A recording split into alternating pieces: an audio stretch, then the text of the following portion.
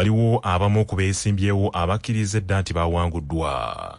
Omu ku bano ye Francis Kalyesuubula abadde ayaayaanira ekya kansala wa Ssekanyonyi Magala ng'ono atubuulidde nti ataddemu ensimbi nnyingi mu kunoonya akalulu n'okusomba abalonzi wabula kimubuuseeko abalonzi okumwegaana.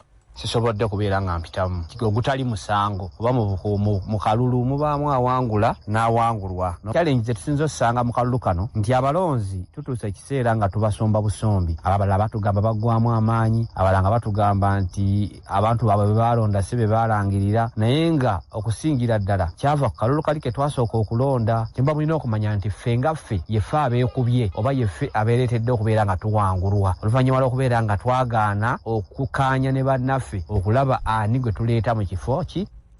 Yusufu Nsambanga naye ayagala kya kansala wa Ssekanyonyi ku kaadi ya NUP agambye nti ekibaddewo leero abalonzi okugaana okujjumbira akalulu kano kabonera akalaga nti weetagawo ennongosereza mu mateeka g'ebyokulonda. Electoral Commission yali badeeterezaamu nti obululu buno obwa local government olw'okubanga nti bwe buweereza obwa wansi obutandikirwako bwali badde obaolyawo bwe busookebwanga okulondebwa then nga tetunagenda ku bululu obwa waggulu kubanga ate era okiraba obeera otya nga tewanabye bigere ate n'okola enviiri.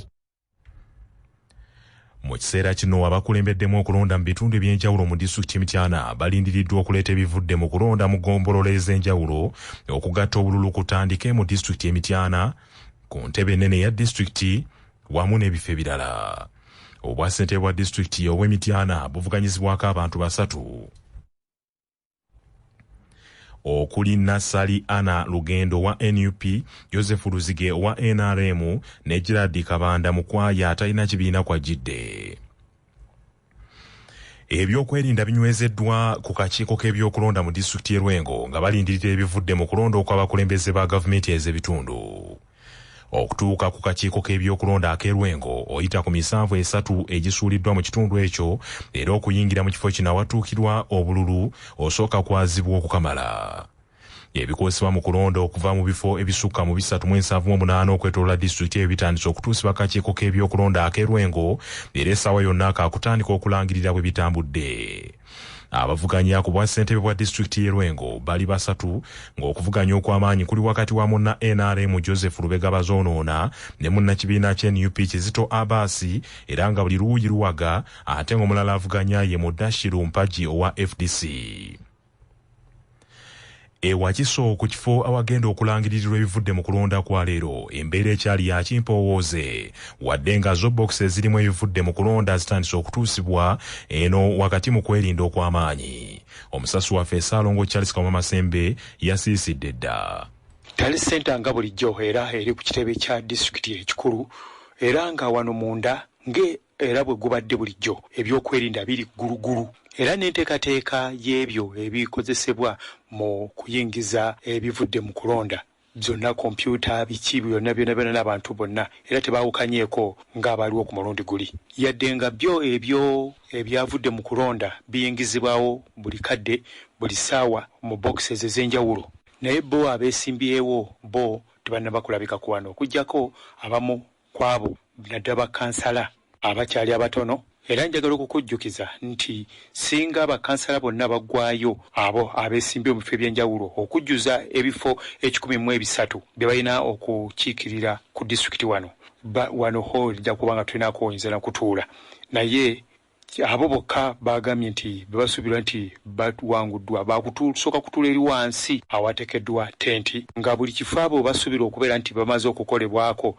be bajja okusikirizibwa bajja eno waggulu mu Tally Center. Okusinziira kwakulira ebyokulonda mu disitulikiti eno Tobert Musinguzi abantu abakunukiriza mu 400 be basaba okukiikirira ebifo eby'enjawulo okujja ku disitulikiti eno okujjuza ebifo 13 bo abeesimbyewo ku bwa ssentebe bwa disitulikiti okuli Engineer Ian Cheyune owa NRM, Najja Nasif owa NUP ne Nakafero Flavia owa DF tekuli n'omu yalabiseeko mu kifo kino. Era tewannaba kubaawo bbugumu lyonna liraga nti nze nawangudde oba gundi yawangudde ekitegeeza nti buli bonna bakyali eyo bakyetereza. Ebisingako awo tujja kuba tubategeeza. Kulwa Kyabasako Masembe wane Wakiso mu Busiro. Obumu ku bululu obukubiddwa mu disitulikiti y'e Kalungu butandise okutuusibwa ku kitebe ky'akakiiko k'ebyokulonda mu disitulikiti eyo mu bukuumi obw'ekitalo ate nga n'obululu ku kifo kya mubaka wa paalamenti wa Kalungu West obugenda okuddamu okubalibwa olunaku lw'enkya bukuumibwa butiribiri. Omusasi waffe Ensubuga Muzaffaruka abituwe. Mu kiseera kino ezimu ku bokisi z'obululu obukubiddwa mu kitundu kino ekya disitulikiti y'e Kalungu ku mutendera gwa ssentebe wa disitulikiti saako ogw'abakansala zitandise okutuusibwa wano ku kitebe ky'akakiiko k'ebyokulonda aka disitulikiti y'e Kalungu okusingira ddala ezimu ku zizze ze zivudde mu ggombolola eya Kalungu sabukawunte. Kyokka by'ebyokwerinda mu kiseera kino binywezeddwa ggulugulu era nga kitegeerekese nti akakiiko k'ebyokulonda kalina oludda olumu wano munda we kaweereddwako ekitundu we kaba kakolera emirimu gyako so nga ate oludda eri ewakuumibwa obululu obwa Kalungu West tebabakkiriza kutuukayo. Mu kiseera kino amagye saako poliisi bikwatiridde mu wakati mu kunyweza ebyokwerinda wano kakiiko k'ebyokulonda era nga n'abakuuma obululu naddala obwa Kalungu West nabo bali wano bangi, bano nga bakulembeddwa mu nnamateeka Ssemakula Ismail Sajja era nga bano balindirira naddala olunaku olw'enkya omulamuzi wagenda okuddamu okubala obululu ku polling stations zonna eziri mu kitundu ekya Kalungu West. Abamu ku beesimbyewo ababadde mu kalulu olunaku olwaleero enkambi zaabwe naddala ku kifo kya ssentebe wa disitulikiti tukitegeddeko nti balina ebifo eby'enjawulo we bakuŋŋaanidde bali mu kugattagattamu ebivudde mu kalulu naye ng'embiranye ey'amaanyi mu kalulu k'olunaku olwaleero naddala ku kifo kya ssentebe wa disitulikiti y'e Kalungu ebadde wakati wa munna NRM Richard Kyabaggu kali amaggwa saako munnakibiina ekya National Unity Platform ono nga Inyombi Mukiibika Amadi. Munnamateeka Ssemakula Ismail Sajja n'ekibinja kye bano nabo bagumbye wano kakiiko k'ebyokulonda nga bakuuma obululu bwabwe butiribiri nga bagamba nti bafunye amawulire nti wandibaawo abaagala okukola effujjo awamu n'okukutula ezimu ku siiru eza bokisi z'obululu buno obululu bulema okubalibwa. Munnamateeka Ssemakula Ismail Sajja ategeeza leediyo y'obujjajja nti okuva ku lunaku olw'omukaaga bagumbye wano tebavaawo okutuusa olunaku olw'enkya nti era ekiro ky'olunaku olwaleero bagenda kusula batunula tewali kwebaka okusobola okulaba nga bokisi zonna zikuumibwa butiribiri zireme okutuusibwako obulabe. Olw'ensonga nti nno bakyala kimpadde babadde bali eyo batandise okukolagana n'abakyala n'abakazi abali mu by'obufuzi bya Kalungu wano nga baagala okuba nti nno batiginya bokisi basobole okulaba nti ate okusalawo kwa kkooti tekuteekebwa mu nkola. Nze Nsubuga Muzaffaru ku lwa CBS leediyo y'obujjajja ndi eno mu disitulikiti ey'e Kalungu. Mu ngeri y'emu ebyokwerinda binywezeddwa e Nakawa wateereddwa ekifo wabagenda okugattira ebivudde mu kulonda mu kibuga Kampala. Omusasi waffe John Musisi waali. Ebyokwerinda byo binywezeddwa nnyo ku ssettendekero wa Mobuzi wano e Nakawa wakati akakiiko ak'ebyokulonda aka Kampala we kateekedde okugatta n'okufulumya ebyenkomeredde ku bannabyafuzi ku mutendera gwa balodi meeya ne balodi kansala we bigenda okulangirirwa wano ku Mobuzi. Otuuka wano ku Mobuzi ebyokwerinda aba militale be babikulembeddemu era beekebejja buli muntu yenna ayingira ng'obudde buno emmotoka ezireeta obululu obuva mu ggomboleta eza Kampala zezisinga obungi okuyingira. Nina bwankubadde ojja oli ku mmotoka eyo olina okuba n'ekipalati ekikakasa ddala kituufu wakkiriziddwa okubeera munda wano era abantu bangi nnyo abazze nga tebalina bipalati ebyo bakonkomalidde ku miryango. N'abamu ku bannamawulire abalina ebipalati ebyabakkiriza okuyingira ekkololo bojja nakyo wano bakulaga nti ekyo kyaggwako dda era bakikuggyako ne bakisuula ebbali ne bagamba tokkirizibwa kuyingira wano. CBS FM yakutuusaako ebikwata byonna kulonda wano mu Kampala naye nga bwo obululu buyingira mu bungi kitegeeza nti mu bbanga ttono okuva kati bugenda kutandika okubalibwa. Olwakina na 8 CBS FM radio Lwasa Mayinja munanda gwe Musisi John ndi wano ku Mobuzi e Nakawa. Mu ngeri y'emu okubala obululu kutandika essaawa yonna ku kitebe kya disitulikiti y'Ekyotera era avunaanyizibwa ku byokulonda mu disitulikiti eyo Kalyango Moses ayina byatutegeezezza. Twalirowoozezza nti kuno kwe kulonda okwalisinze okujjumbirwa kuba abantu kwe bafunira obuweereza okusookerwako ddala naye kyannaku nnyo nti ate abantu tebajjumbidde wadde n'akatono okulonda kwa leero. Situmanyi oba akakiiko k'ebyokulonda tekaakola kusomesa kumala kuba abantu bajjumbira nnyo obukulembeze bwa ka pulezidenti akalulu n'ako akalulu k'ababaka naye ate ffenna tumanyi nti kano akeeru C5 ne bakansalaazi ke kalulu akakwata ku muntu w'owansi. Manya obubona obuddo obw'eddembe lyo tonyigirizibwa ddembe lyo ery'obwebange. Ddembe lyakukyusibwako Nana Habu Mouthwash ly'eddagala ettuufu yenna kakasa mu kujjanjaba endwadde z'amannyo. Yakakasibwa National Drug Authority nga bali wamu ne Chalkmail. Omutwe gukuluma, musujja, mugongo, magulu oba teweewulira bulungi. Nywa Chalkmail okwongera amaanyi mu basirikale b'omubiri gwo okulwanyisa n'okutangira endwadde. Eddagala lya Chalkmail lisange mu famasi zonna era lyakakasibwa ne NDA. Singa omukozi afuna obuvune ng'ali ku mulimu, omukozesa kimukakatako okumujjanjaba n'okumuliyirira nga munnamateeka Joseph Ndawula bw'annyonnyola. Ekiseera ekitwalibwa nti omukozi ali ku mulimu kyekyo ekiseera nga yakasimbula ewakaawe ng'agenda ku mulimu mpaka nga avudde ku mulimu ng'atuuse ewaka. Ne bw'obeera waakava ewaka ng'ogenda ku mulimu n'ofunira obuzibu mu kkubo kitwalibwa nti obadde ku mulimu, wabula olina okubeera ng'engeri gy'obaddemu mu kiseera ekyo ekakasa bukakasa nti obadde ogenda ku mulimu. Ekyo kiyinza okutunuulirwa ku ngeri gy'oyambaddemu, biki by'obadde ositudde, obadde odda luddawa. Ne wetujjidde ku mpewo nga kkooti e Masaka ekyatudde okuwulira okusaba okw'okuddamu okubala obululu mu kitundu ekya Kalungu East okwatwaliddwayo munna NRM era yaliko minisita ebyokwerinda mu gavumenti ya Uganda nga kaakano ye muwabuzi omukulu eri pulezidenti Vincent Flerio Wamulanga Kisempijja mu yeemulugunyiza ku byalangiriddwa akakiiko ak'ebyokulonda akamuteeka mu kifo ekyokubiri. Akakiiko k'ebyokulonda mu disitulikiti y'e Kalungu kalangirira Kiruluuta Yusuf Junior Kerettanyi owa NUP nti yawangula ekifo ekyo ng'omubaka wa paalamenti wa Kalungu East n'obululu 1,473. Ate Vincent Flerio Wamulanga Kisempijja n'akwata kifo kyakubiri n'obululu 1,329. Embeera eno eraga nti Kiruluuta Yusuf Junior Kerettanyi yawangula Sempijja n'enjawulo ya bululu 2,254. Wabula ng'ayita munnamateeka we Simon Kasangaki, minisita Sempijja ayagala obululu buddemu okubalibwa ng'alumiriza nti obululu bwa Kiruluuta Yusuf Junior Kerettanyi si butuufu era abamuyisa mu kamooli. Sempijja alumiriza nti yafuna obululu 1,329,8 munne Kiruluuta Yusuf Junior Kerettanyi n'afuna obululu 1,283 era nga ye Sempijja agamba nti yasinga Kiruluuta n'obululu 466.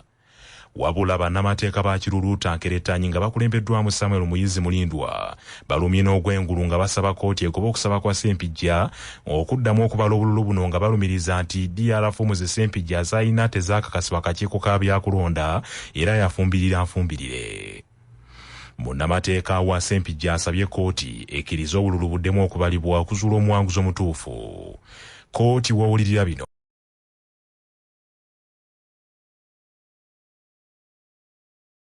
ng'ekyali ekyawuliriza enjuyi zombiriri oluvannyuma esalewo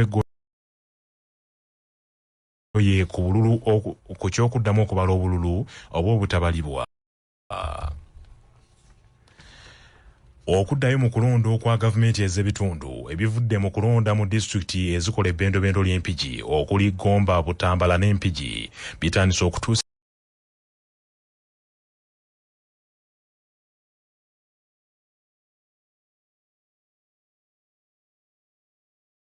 mu bifo ebigenda okugattirwa kyokka nga ne mu disitulikiti ezo abalonzi babadde batono nnyo.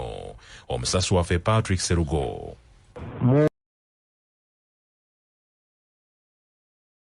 disitulikiti y'Egomba we ziwedde essaawa 3 ez'ekiro ng'ebivudde mu kulonda bitandise okutuuka ku tendeko ly'abasomesa ba primary erya Kabulasoke PTC naye ng'eno okulonda tekujjumbiddwa nnyo mpozi okuggyako abalonzi okuva mu kitundu ekya Gomba West bwe bagezezzaako okujjumbira.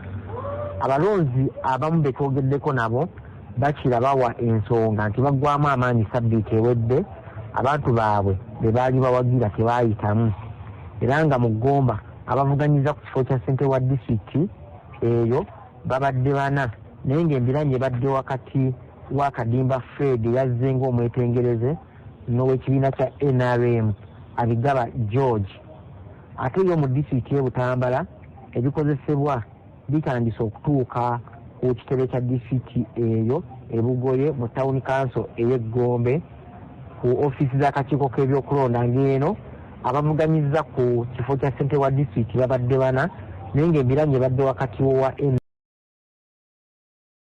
NRM Mukangave Umau Morshid n'ow'ekibiina kya NUP Nambowa Rashida nga ssentebe aliko w'e Butambala naye ng'eno abalonzi nabo babadde bamuswaba era ssente wa NRM wa disitulikiti ey'e Butambala Bwenge Herbert Mugalula agambye nti abalonzi abamu naddala b'ekibiina kya NUP nti baabitaddemu entondo baanyiiga oluvannyuma lw'ekibiina kya NRM okubamegga.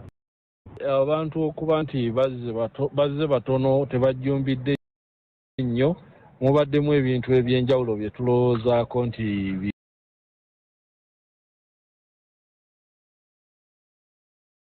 ebijjize bye bivuddeko ekyo. Okusooka bantu baayagala nnyo okulonda Pulezidenti Museveni kuba baamwagadde nnyo ekisanja kino. Kati bwe bamaze omulonda bo ne bamanya nti ekyo kiwedde.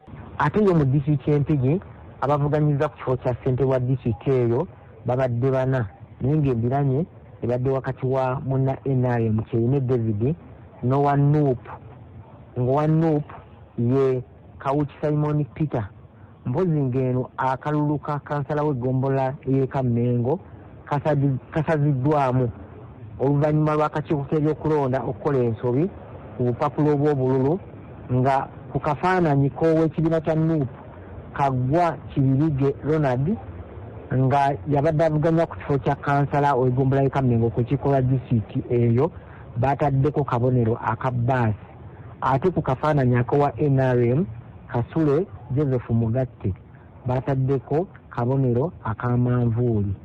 Bwe bityo ebyokulonda mu kitundu ekyo ne bibeera nga byasaziddwamu. Ku lwa CBS nze Patrick Serugo. Eyakwata ekifo ekyokubiri mu kuvuganya ku kifo ky'omubaka wa paalamenti omukyalo wa disitulikiti y'e Kazo Rona Kemirembe addukidde mu kkooti ng'ayagala kkooti eragire obululu buddemu okubalibwa. Rona Kemirembe ng'akiikiriddwa bannamateeka aba Kanduhu and Company Advocates alumiriza ssentebe w'akakiiko k'ebyokulonda mu disitulikiti y'e Kazo wamu ne More Nawe Kamukama eyawangula akalulu kano ng'alumiriza nti beetaba mu vulugu.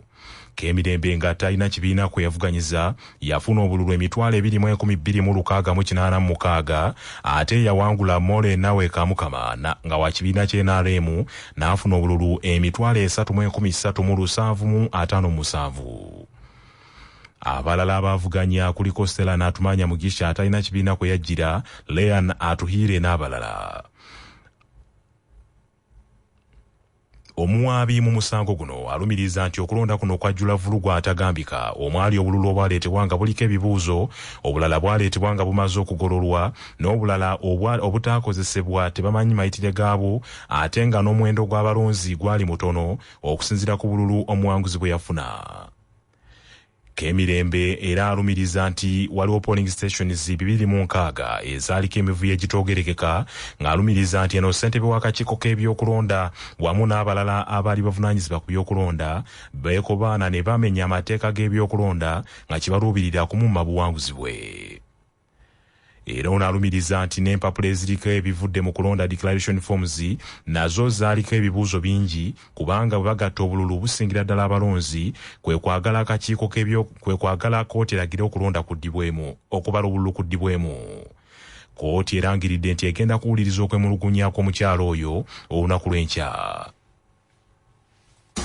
Amawulire g'ebyemizannyo mu mawulire gaffe agakya Basafama gakutuusibwako Sedika Real Estate abatunda n'okugula ettaka ku nguudo ez'enjawulo mu Uganda yonna. Basangibwa ku Galuleba Building ewa Kiso, bali wamu ne Simba Pain Bam awakuluma simulawo Simba Pain Bam okakkanya obulumi. Musange mu matundiro g'eddagala gonna. Yakakasibwa National Drug Authority nga bali wamu ne Light High School Esseguku Katale abeegulidde erinnya mu kuyisiza waggulu abaana mu Arts ne Sciences lyadde ne boarding eri abawala n'abalenzi n'okuwandiisa kugenda mu maaso ku ssomero. Ekibiina ekiddukanya omuzannyo gw'emmotoka z'empaka mu Uganda ekya FMU kikoze enkyukakyuka mu kalenda y'emmotoka z'empaka ey'omwaka guno eya National Rally Championship nga kati abavuzi bagenda kuvuga rawundi 8 mu kifo kya rawundi 7. Okusookera ddala empaka zino zigenda kuggulwawo ne rawundi esooka mu bitundu by'Embale nga disitulikiti y'Embarara y'ebadde etegeka empaka eziggulawo. Okumala emyaka egisukka mu 15 empaka zino zibadde ziggulirwawo Mbarara wabula kaakano Mbarara wakuteekateeka empaka eza rawundi ey'okubiri. Rawundi esooka ey'empaka zino egenda kuvugibwa nga 2 okutuusa nga 21 omwezi ogwokusatu Embale. Rawundi ey'okubiri Embarara ejja kubaawo mu mwezi ogwokutaano, rawundi ey'okusatu ebeere e Masaka mu mwezi ogw'omukaaga, rawundi ey'okuna yakubeera e Soroti Katakwi mu mwezi ogw'omusanvu, ate rawundi ey'okutaano eribaawo mwezi ogw'omwenda mu kitundu ekitannakakasibwa, olwo rawundi ey'omukaaga ebeerewo mu mwezi ogw'ekkumi mu disitulikiti y'Eggulu. Rawundi ey'omusanvu yakubaawo mu mwezi ogw'ekumi e Hoima, olwo rawundi esembayo ey'omunaana ebeerewo mu mwezi ogw'e12 mu kitundu kya Buganda. Ronald Sebuguzi yawangula engule ya National Rally Championship ey'omwaka oguwedde 2025 era yawangula engule eno omulundi ogwokuna nga yasooka mu 2006, 2009 n'agiwangula ne mu 2014. Bannaffe amawulire ag'essaawa eno kangamalirize mbufunze. Akakiiko k'ebyokulonda ak'eggwanga kalangiridde nti okulonda okw'abakulembeze mu gavumenti ez'ebitundu okutwaliramu okutambudde bulungi mu bitundu by'eggwanga byonna. Ate okulonda abakulembeze mu gavumenti ez'ebitundu mu disitulikiti y'Emityana kuwedde mirembe wadde nga bavuganyizza bakukulumidde abalonzi olw'okugaana okujja babalonde. Ebyokwerinda binywezeddwa ku kakiiko k'ebyokulonda mu disitulikiti y'e Lwengo nga balindirira ebivudde mu kulonda okw'abakulembeze ba gavumenti ez'ebitundu ne mu bitundu by'eggwanga bingi ewabadde okulonda.